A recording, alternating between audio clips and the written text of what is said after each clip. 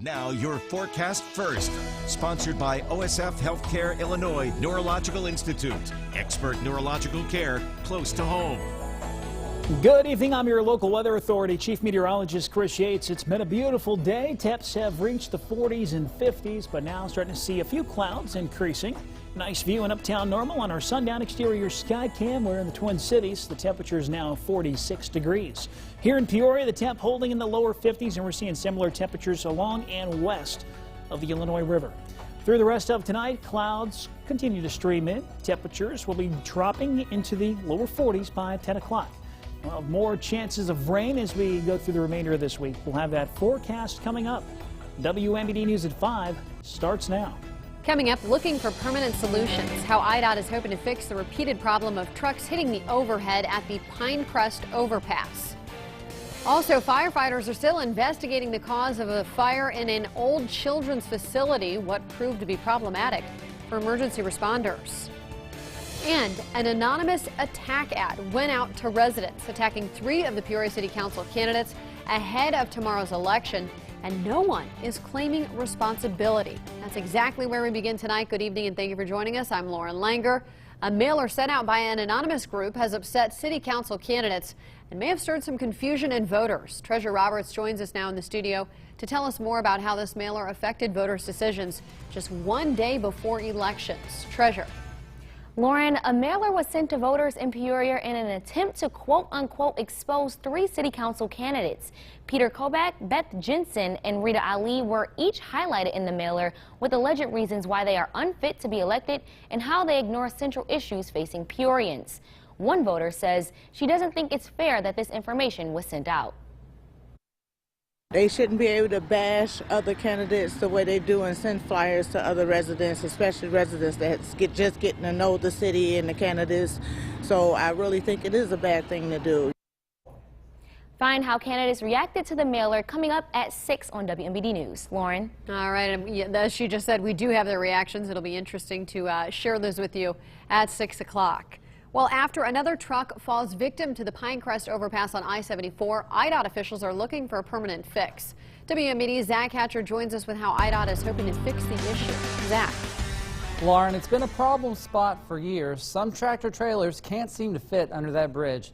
The Pinecrest overpass in East Peoria stands 14 feet and 4 inches tall. IDOT says the truck that hit the bridge was overloaded and taller than the posted height. Truck drivers weigh in on the warning sign placed about half a mile from that overpass. I would say it's enough, only if there is an exit after that sign. You know, this way you take the exit and then go around. This way you'll pass the bridge. If there is no exits, that's not enough for sure. Now, IDOT says the bridge will likely be replaced starting in 2020, and that could take up to 4 years. Lauren? Zach, thank you. Drivers are going to be seeing some more police out on the roads than usual this month. IDOT is giving out grants so that local law enforcement can pay overtime to their officers to keep them on the roads. Those officers are looking for one thing: drivers that are texting or talking on the phone. Sangamon County is one of the counties partnering with IDOT. The sheriff there says it's not just young people who can't stay away from their phone. But we've also seen now the evolution of their parents. Their older siblings are now getting, you know, kind of addicted to that cell phone and using it more and more when they should not be doing it.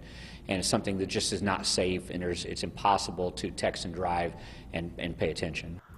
Well, their campaigns must be working because accidents caused by distracted driving have dropped 9% since 2016. But the sheriff says that there are still too many drivers on the road using their cell phones. 2 suspects are facing several charges after reports of a woman being attacked with a knife on Tracy Drive last Saturday in Bloomington. Bloomington police arrested 40-year-old Mariah Davidson for aggravated battery and assault with a deadly weapon.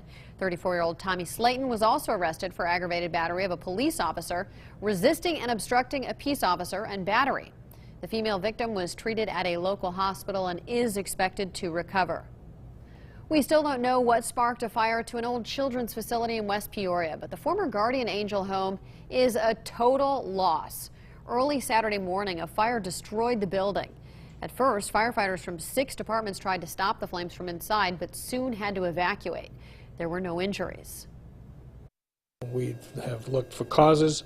We have a few causes that we're looking at to determine how that could have occurred.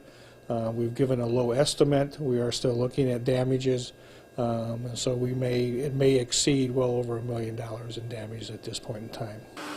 For almost 100 years, the building housed a residential treatment program for abused and neglected boys before moving to Morton. Chief Schott calls the now vacant building a total loss and thinks insurance carriers will likely tear it down. In other news, a Twin Cities Vietnam veteran is receiving a new roof for his home. It's a story that's making us Central Illinois proud. Owens Corning Roofing and its network of independent platinum contractors teamed up to help build the new roof. Veteran Tim Tribbett and his wife were selected as recipients. Organizers say they are honored to acknowledge the service of deserving veterans. Through Owens Corning and Habitat for Humanity and our Platinum Contractor Network that American Dream is associated with through Owens Corning, we find eligible veterans to help that are in need and to help provide them a new roof for their family. It's like a dream, long time coming true. It's just awesome. That is awesome to see, and since 2016, the Owens Roof Deployment Project has built more than 100 roofs for veterans. In honor of Child Abuse Prevention Month, the local organization is celebrating with a garden.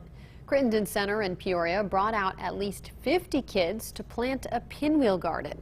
Each pinwheel represents a way to focus on preventing abuse and neglect before it happens. Mayor Jim Ardis stopped by the center to show his support. Everybody associates pinwheels with kids, and so it's putting the focus on the kids. And this event, usually this is the 11th year they've done this, so usually it's a kind of a kickoff to spring, and just everybody have hope and focusing on the importance of our children. The center focuses on areas like crisis prevention, child development, and family services. It is also National Donate Life Month. Just one organ donation can save the life of 8 people. Advocate Broman in Normal is one of 27 hospitals honoring not only organ and tissue donations, but also the families of donors and recipients. Today, the hospital held a flag-raising ceremony and moment of silence. Nationally, 1 million tissue transplants and more than 36,000 organ transplants were performed in 2018. But critical care nurse Shelley Hillary says some people hesitate to donate due to what they think are excluding factors. Everything. So even people that think they would not be a candidate, for example, if they have a diagnosis, those people still could be a candidate for eyes, for example. So to be able to give the gift of sight. In 2018, the Gift of Hope Organ and Tissue Donor Network offered donation opportunities to more than 10,000 families. Truly incredible. Coming up, how a plan lawmakers are discussing will provide protection for the LGBT community. And oftentimes people get confused about the items you can recycle. We'll tell you what typically ends up in the wrong bin. And clouds continue to increase this afternoon. Take a look at our beautiful time lapse from Pontiac, where we've got a lot of high cirrus clouds moving overhead. We'll see a few more clouds drifting overhead tonight, and then eventually some rain moves into central Illinois. We'll tell you when and where that'll strike with your full forecast coming up next.